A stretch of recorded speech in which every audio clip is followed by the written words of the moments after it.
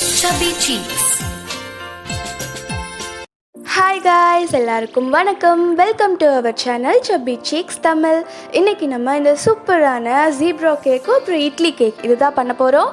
So வீடியோக்குள்ளே போகிறதுக்கு முன்னாடி நம்ம சேனலை சப்ஸ்கிரைப் பண்ணாமல் பார்த்துட்டு இருக்கிறவங்க மறக்காமல் சப்ஸ்கிரைப் பண்ணுங்கள். பக்கத்தில் இருக்கிற பெல்லை தட்டி விட்டுருங்க. ஆல் ஆப்ஷனையும் மறக்காமல் கிளிக் பண்ணுங்கள். அப்போ தான் நம்ம வீடியோஸ் எல்லாம் உங்களுக்கு டக்குன்னு வரும். வாங்க வீடியோக்குள்ளே போகலாம். ஸோ இதுக்கு வந்து ஃபர்ஸ்ட்டு ஒரு மிக்ஸி ஜார் எடுத்து வச்சுக்கோங்க. அதுக்கப்புறம் இதில் வந்து நம்ம 2 முட்டை போட போகிறோம்.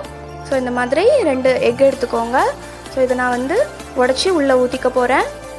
ஸோ இந்த மாதிரி உடச்சிட்டு அந்த மிக்ஸி ஜார் எடுத்து வச்சுருந்தோம் இல்லையா, ஸோ அதுக்குள்ளே ஊற்றிக்கோங்க. முட்டைக்கு பதிலாக நீங்கள் தயிர் கூட மிக்ஸ் பண்ணிக்கலாம்.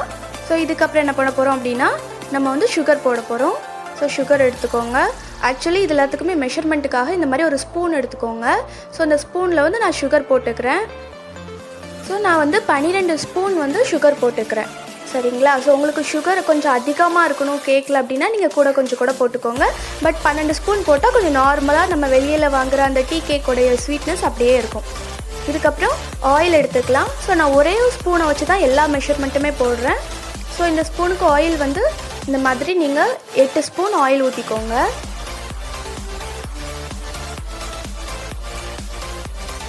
ஸோ இப்போ நம்ம வந்து ஆயில் சேர்த்து முடிச்சிட்டோம். இதுக்கப்புறமா ஒரே ஒரு மூடி வெனிலா எசன்ஸ் ஊற்றிக்கிறேன். ஆக்சுவலி வெனிலா எசன்ஸ் வந்து ஒரு ஃப்ளேவருக்காக தான். உங்கள்கிட்ட எசன்ஸ் இல்லை அப்படின்னா நீங்கள் வந்து ஏலக்காய் பொடி கூட சேர்த்துக்கலாம். அதுக்கப்புறம் பால் எடுத்துக்கலாம். ஸோ பால் வந்து நான் என்ன பண்ண போகிறேன் அப்படின்னா நான் கரெக்டாக 6 ஸ்பூன் மட்டும் பால் ஊற்ற போகிறேன். ஸோ நமக்கு பின்னாடி தேவைப்பட்டுச்சுன்னா நம்ம வந்து கூட கொஞ்சம் ஊற்றிக்கலாம். ஸோ கரெக்டாக நீங்கள் வந்து ஒரு 6 ஸ்பூன் மட்டும் பால் ஊற்றிக்கோங்க. ஸோ இப்போ நம்ம எல்லாத்தையுமே வந்து மிக்சியில் அடிச்சுட்டு வந்துடலாம். ஸோ இவ்வளோ தான். இதுக்கப்புறம் நம்ம அதை அரைச்சி எடுத்துக்கலாம். ஸோ இப்போ நம்ம வந்து அரைச்சி முடிச்சாச்சு. நமக்கு வந்து இந்த மாதிரி இருக்கும். கொஞ்சம் நல்லாவே தண்ணியாக தான் இருக்கும். ஏன்னா நம்ம நிறைய லிக்யூட் இன்க்ரீடியன்ட்ஸ் தான் அதிகமாக சேர்த்துருக்கோம். ஸோ அதை ஒரு பவுலில் வந்து இந்த மாதிரி ட்ரான்ஸ்ஃபர் பண்ணிக்கோங்க. ஸோ இப்போ வந்து நம்ம வந்து ட்ரை இன்க்ரீடியன்ட்ஸ் எல்லாமே இதுக்குள்ளே வந்து ஆட் பண்ண போகிறோம். ஸோ அதுக்கு வந்து மைதா மாவு இல்லைன்னா கோதுமை மாவு எது வேணால் எடுத்துக்கலாம். ஸோ 2ல் நான் மைதா மாவும் எடுத்திருக்கேன். ஸோ மைதா மாவு வந்து 16 ஸ்பூன் மைதா மாவு போட்டுக்கோங்க. அதே ஸ்பூனில் நீங்கள் வந்து ஒரு 3 ஸ்பூனாக போட்டு நல்லா மிக்ஸ் பண்ணிட்டீங்க அப்படின்னா கொஞ்சம் ஈஸியாக இருக்கும். நான் வந்து கொஞ்சம் அதிகமாக போட்டு மிக்ஸ் பண்ணிட்டேன். அதனால் மிக்ஸ் பண்ணும்போது கொஞ்சம் கட்டியாக வந்துச்சு. அது எல்லாத்தையுமே கட்டி இல்லாமல் கலக்கிறதுக்கு கொஞ்சம் டைம் ஆச்சு. அதனால் நீங்கள் கொஞ்சமாக ஆட் பண்ணி மிக்ஸ் பண்ணிக்கோங்க. ஸோ இப்போ நான் வந்து ஒரு 12 ஸ்பூன் போட்டு நான் நல்லா மிக்ஸ் பண்ணிக்கிறேன். நீங்கள் கொஞ்சமாக போட்டு ஆட் பண்ணிக்கோங்க. ஸோ நமக்கு வந்து கட்டி இல்லாமல் இருக்கணும். அப்போ தான் நமக்கு வந்து கேக்கு சூப்பராக வரும்.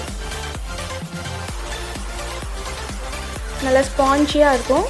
ஸோ இந்த மாதிரி நம்ம மிக்ஸ் பண்ணியாச்சு. இதுக்கப்புறம் எக்ஸ்ட்ரா இன்னொரு 4 ஸ்பூன் போட்டுக்கலாம்.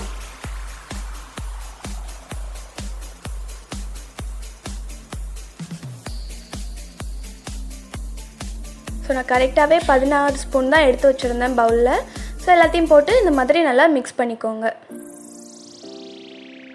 மாவெல்லாம் நல்லா கரையிற மாதிரி மிக்ஸ் பண்ணிக்கோங்க. ஆனால் ஓவர் மிக்ஸ் பண்ணக்கூடாது. நம்ம முட்டையெல்லாம் நல்லா போட்டு அடிப்போம் இல்லையா, ஸோ அந்த மாதிரி அடிக்கக்கூடாது. ஜஸ்ட் மிக்ஸ் பண்ணணும், அவ்வளோதான். ஸோ இதுக்கப்புறம் என்ன பண்ண போகிறோம் அப்படின்னா நம்ம வந்து 1 ஸ்பூன் பேக்கிங் பவுடர் போட போகிறோம். ஸோ நான் வந்து குட்டி ஸ்பூன் தான் எடுத்திருக்கேன். ரொம்ப சின்ன ஸ்பூன் உங்களுக்கு பார்த்தாலே தெரியும்னு நினைக்கிறேன். ஸோ நீங்கள் பெரிய ஸ்பூன் எடுத்திங்கன்னா அதுக்கேற்ற மாதிரி போட்டுக்கோங்க. அதுக்கப்புறமா ஒரு அரை ஸ்பூன் வந்து நான் பேக்கிங் சோடா போட்டுக்கிறேன். ஸோ அதுக்கப்புறம் அதே ஸ்பூனில் ஒரு 1/4 டீஸ்பூன் சால்ட்டு போட்டுக்கிறேன். ஸோ எல்லாம் போட்டு மறுபடியும் நம்ம நல்லா மிக்ஸ் பண்ணிக்கலாம். ஒருவேளை உங்களுக்கு வந்து கட்டியாக இருக்குது அப்படின்னு நீங்கள் ஃபீல் பண்ணிங்க அப்படின்னா கூட ஒரு ஸ்பூன் இல்லை 1.5 ஸ்பூன் பால் ஊற்றி மிக்ஸ் பண்ணிக்கோங்க. இப்போ லைட்டாக கொஞ்சம் கட்டியாக இருக்கிற மாதிரி தான் இருக்குது. அதனால ஒரு கரெக்டாக ஒரு 1.5 ஸ்பூன் தான் இருக்கும். ஊற்றிட்டு நான் மறுபடியும் மிக்ஸ் பண்ணிக்கிறேன். நமக்கு வந்து ஒரு ஸ்மூத்தான பேஸ்ட் மாதிரி இருக்கணும். ஸோ இந்த தோசை மாவு மாதிரி ஆகிடக்கூடாது, கொஞ்சம் தண்ணியாக ஆகிடக்கூடாது. கொஞ்சம் ஒரு பேஸ்ட்டு அந்த பதத்துக்கு நமக்கு இருக்கணும். ஸோ இந்த மாதிரி இருக்கும். இதுக்கப்புறம் என்ன பண்ணிக்கலாம்னா இன்னொரு பவுல் எடுத்துகிட்டு இதுலேருந்து ஒரு ஹாஃப் அதில் ஊற்றிக்கோங்க. ஸோ இந்த மாதிரி ஒரு பாதி மாவு அதில் ஊற்றிக்கோங்க. இதுக்கப்புறம் ஒரு பவுலை எடுத்து உரமாக வச்சிடலாம். ஸோ இதில் என்ன பண்ண போகிறோம் அப்படின்னா ஒரே ஒரு ஸ்பூன் கொக்கோ பவுடர் ஆட் பண்ண போகிறோம். ஸோ இந்த மாதிரி ஒரு ஸ்பூன் கொக்கோ பவுடர் எடுத்துக்கோங்க. ஒருவேளை உங்கள்கிட்ட கொக்கோ பவுடர் இல்லை அப்படின்னா நீங்கள் வந்து இன்ஸ்டன்ட் காஃபி பவுடர் கூட யூஸ் பண்ணிக்கலாம். அதுவும் நமக்கு சூப்பராக இருக்கும். பட் நீங்கள் வந்து நார்மல் காஃபி பவுடர் யூஸ் பண்ணக்கூடாது. இன்ஸ்டன்ட் காஃபி பவுடர் எடுத்து அதையும் மிக்ஸ் பண்ணிக்கோங்க. ஒரு ஸ்பூன் எடுத்து இந்த மாதிரி மிக்ஸ் பண்ணிக்கோங்க. பட் ஓவர் மிக்ஸ் பண்ணக்கூடாது. ஜஸ்ட் எல்லாத்தையும் போட்டு மொத்தமாக மிக்ஸ் பண்ணணும், அவ்வளோதான். இப்போ நமக்கு வந்து ஒயிட் கலர்லேயும் சாக்லேட் கலர்லேயும் நமக்கு கிடச்சிட்டு. இதுக்கப்புறம் நான் வந்து ஒரு இட்லி பாத்திரம் எடுத்துக்கிறேன். ஸோ அதுக்கப்புறம் அதில் வந்து நம்ம எண்ணெய் ஊற்றி நல்லா தடவிக்கலாம். ஸோ இந்த மாதிரி எண்ணெய் ஊற்றி தடவிட்டு ஒரு 5 மினிட்ஸ் அப்படியே வச்சுருங்க. ஏன்னா உடனே ஊற்றிடக்கூடாது. ஸோ இப்போ நமக்கு 5 மினிட்ஸ் ஆகிட்டு இதுக்கப்புறம் ஃபர்ஸ்ட்டு அந்த ஒயிட் கலர் இருக்கு இல்லையா, ஸோ அதை நான் வந்து ஒரு இப்படி அரை ஸ்பூனாக ஊற்றிக்கிறேன். ஸோ அதுக்கு மேலே வந்து சாக்லேட் இந்த மாதிரி ஆல்டர்னேட்டிவாக ஒன்று மாற்றி ஒன்று இந்த மாதிரி ஊற்றிக்கோங்க. ஸோ இதுக்கப்புறம் அகெயின் ஒயிட் கலர் மிக்ஸ் எடுத்து ஊற்றிக்கலாம். ஸோ நான் வந்து கரெக்டாக அந்த சென்டரில் ஊற்றலை, கொஞ்சம் அவசரமாக ஊற்றினதுனால. நீங்கள் பொறுமையாக ஊற்றினீங்கன்னா சூப்பராக இருக்கும் பார்க்குறதுக்கு. ஸோ இப்போ மறுபடியும் மேலே சாக்லேட் கொடுத்துட்டு இந்த மாதிரி நம்ம சிக்கன் மட்டன் சாப்பிட்டோன்னா ஒரு குச்சி எடுத்து நம்ம பல் குத்துவோம் இல்லையா, ஸோ அதை எடுத்து இந்த மாதிரி நீங்கள் வந்து இழுத்து விட்டுக்கோங்க. ஸோ அது ஒரு டிசைன் மாதிரி நமக்கு கிடச்சிரும். அவ்வளோதான், ரெடி ஆகிடுச்சு. இதுக்கப்புறம் நம்ம வந்து நார்மலாக இட்லி அவிக்கிற மாதிரி நம்ம அவிச்சிடலாம். ஸோ இப்போ தண்ணி நல்லா கொதிச்சுட்டு அதில் வந்து உள்ளே வச்சுட்டு நம்ம வந்து மூடி வச்சிடலாம். பட் என்ன பண்ணணும் அப்படின்னா, இந்த மாதிரி ஒரு பேப்பரில் துணியை வச்சு அதை வந்து நீங்கள் க்ளோஸ் பண்ணிடுங்க. நமக்கு ஆவி வெளியே போகக்கூடாது. ஸோ ஒரு 20 மினிட்ஸ் அது அப்படியே இருக்கட்டும், லோ ஃப்ளேமில் அப்படியே இருக்கட்டும். இதுக்கப்புறம் மிச்சம் இருக்கிற மாவு என்ன பண்ண போகிறேன் அப்படின்னா, இந்த மாதிரி ஒரு பேனில் எண்ணெய் ஊற்றி நல்லா தடவிக்கிறேன். நமக்கு மிச்சம் கொஞ்சோண்டு மாவு தான் இருந்துச்சு, அதனால் நமக்கு கேக் கொஞ்சம் சின்ன சைஸில் தான் வரும். ஸோ நீங்கள் பட்டர் பேப்பர் இருந்ததுன்னா அது மேலே விரிச்சிக்கோங்க. பட்டர் பேப்பர் இல்லை அப்படிங்கிற போது இந்த மாதிரி மாவை லைட்டாக தூவிட்டு ஸோ எல்லா பக்கமும் படுற மாதிரி பண்ணிக்கோங்க. ஏன்னா அப்போ தான் நமக்கு கீழே ஒட்டாமல் இருக்கும். ஸோ இப்போ நான் மறுபடியும் என்ன பண்ணிக்கிறேன் அப்படின்னா, இந்த மாதிரி சாக்லேட் எடுத்து ஊற்றிக்கிறேன். நீங்கள் வந்து ஒரு சின்ன பேன், ஒரு குட்டியாக இருக்கிற ஒரு பேனில் எடுத்துட்டிங்க அப்படின்னா நமக்கு புஷ்ஷுன்னு பெருசாக இருக்கும். நான் வந்து ஒரு அகலமான பேன் எடுத்துக்கிட்டதுனால மாவும் நம்ம கொஞ்சம் கம்மியாக தான் இருக்குது அந்த மிக்ஸும். ஸோ அதனால் நமக்கு கொஞ்சம் குட்டியாக தான் நமக்கு கேக் கிடைக்கும். ஸோ இந்த மாதிரி இதுலேயும் ஒன்று மாற்றி ஒன்றா நம்ம வந்து ஊற்றிக்கலாம். ஸோ பார்க்குறதுக்கும் ரொம்ப ரொம்ப சூப்பராக இருக்கும். டேஸ்ட்டும் ரொம்ப ரொம்ப சூப்பராக இருக்கும். ரொம்ப ஸ்பாஞ்சியாக இருக்கும். ஸோ இதுக்கப்புறம் மறுபடியும் இப்படி ஒரு ஸ்பூனாக நீங்கள் மாற்றி ஊற்றிக்கோங்க. ஸோ நம்ம வந்து இந்த லாக்டவுன்லலாம் கடையில் வாங்குறதுக்கு ரொம்ப பயமாக இருக்குது. ஸோ அதனால் நீங்கள் என்ன பண்ணிக்கோங்கன்னா, எல்லாத்தையுமே நீங்களே வீட்டிலே வந்து ரெடி பண்ணுங்கள். அதுதான் ரொம்பவே ஹெல்த்தி. ஸோ ரொம்பவே ஹைஜீனிக்காக கூட நம்ம பண்ணிக்கலாம்.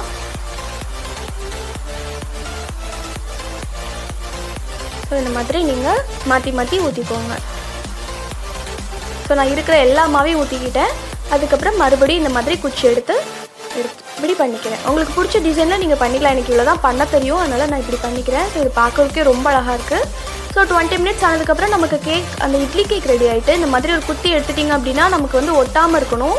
ஸோ அப்போ தான் ரெடி ஆகிடுச்சுன்னு அர்த்தம். நம்ம ஸ்பூனில் வந்து மாவு ஒட்டலை. ஸோ இதை வந்து நம்ம இறக்கிக்கலாம். ஸோ இதை இறக்கிட்டு இதுக்கப்புறம் ஒரு தோசைக்கல்லை வச்சுக்கோங்க. ஸோ ஒரு 5 மினிட்ஸ் வந்து மீடியம் ஃப்ளேமில் வச்சு ப்ரீஹீட் பண்ணிக்கோங்க. அதுக்கப்புறமா நம்ம செஞ்சு வச்சுருந்தோம் இல்லையா பேன், அந்த பேன் எடுத்து அதுக்கு மேலே வச்சு நீங்கள் வந்து மூடி வச்சுருங்க. ஸோ ஒரு வேளை மூடியிலேயே அந்த ஹோல் இருந்தது அப்படின்னா நீங்கள் அதையும் துணி வச்சு அடைச்சிருங்க. ஸோ நம்மளுடைய இட்லி கேக் வந்து சூப்பராக ரெடி ஆகிடுச்சு. ஸோ ரொம்பவே சாஃப்டாக இருந்தது, ரொம்பவே டேஸ்ட்டாக இருக்கும். நம்ம வந்து டீ டைமுக்கு கூட வச்சு சாப்பிட்டுக்கலாம். ஸோ இதுவும் வந்து ஒரு 25 மினிட்ஸ் நீங்கள் வச்சு பார்த்துட்டிங்க அப்படின்னா நமக்கு ஃபுல்லாக ரெடி ஆகிடுச்சு. ஸ்பூனில் ஒட்டாமல் வந்துடும். ஸோ இதுவும் நம்ம வந்து இறக்கிக்கலாம். ஸோ கொஞ்ச நேரம் ஆறட்டும். நீங்கள் ஆறுனதுக்கப்புறமா இந்த மாதிரி ஒரு பவுலில் வந்து ட்ரான்ஸ்ஃபர் பண்ணிக்கோங்க. சுட பண்ணிங்க அப்படின்னா நமக்கு கேக் பிஞ்சு வந்துடும். ஸோ நம்மளுடைய கேக் வந்து சூப்பராக வந்துச்சு. ஸோ நம்ம கொஞ்சம் எந்த அளவுக்கு நம்ம மாவு ஊற்றுறோமோ அதோட டபுள் மடங்காக நமக்கு கேக் கிடைக்கும். ஸோ நம்ம வந்து கொஞ்சம் மாவு தான் ஊற்றணும், அதனால நமக்கு குட்டியாக கேக் வந்திருக்கு. நீங்கள் வந்து அதுவும் இல்லாமல் பெரிய பாத்திரத்தில் ஊற்றிட்டோம். ஸோ சின்ன பாத்திரத்தில் ஊற்றுனீங்க அப்படின்னா கொஞ்சம் பெருசாக இருந்திருக்கும். ஸோ இப்போ இது எவ்வளோ ஸ்பாஞ்சியாக இருக்குன்னு நீங்களே பாருங்கள். ரொம்ப சூப்பராக இருக்குது. ஸோ நீங்கள் நான் சொன்ன அளவுலேயே நீங்களும் இப்படி பண்ணிங்க அப்படின்னா கரெக்டாக இதே மாதிரி இருக்கும், ஹார்டாக இருக்காது. ஸோ அவ்வளோ சாஃப்டாக இருக்குது, ரொம்பவே டேஸ்ட்டாகவும் இருந்துச்சு. ஸோ இதுக்கப்புறம் நம்ம அந்த பெரிய கேக்கையும் நம்ம வந்து வெட்டி பார்த்துடலாம். ஸோ இது எவ்வளோ ஸ்மூத்தாக வெட்டுது பாருங்கள். ஸோ நம்ம வந்து சூப்பராக அந்த கேக் வந்து ரெடி பண்ணிட்டோம். ஸோ இதுவும் எவ்வளோ சாஃப்டாக இருக்குது பாருங்கள். ஸோ நம்மளுடைய இந்த ஜீப்ரா கேக், அதுக்கப்புறம் இட்லி கேக் கண்டிப்பாக நீங்கள் வந்து வீட்டில் ட்ரை பண்ணி பார்த்துட்டு எப்படி இருக்குன்னு சொல்லுங்கள். ஸோ ஸோ இந்த கேக் உங்களுக்கு பிடிச்சிருக்கா இல்லையான்னு மறக்காமல் கமெண்ட் பண்ணுங்கள். பிடிச்சிருந்ததுன்னா லைக் பண்ணுங்கள். ப்ளீஸ் நம்ம சேனலை சப்ஸ்கிரைப் பண்ணி வச்சுக்கோங்க. நெக்ஸ்ட் வீடியோவில் பார்க்கலாம். பாய்.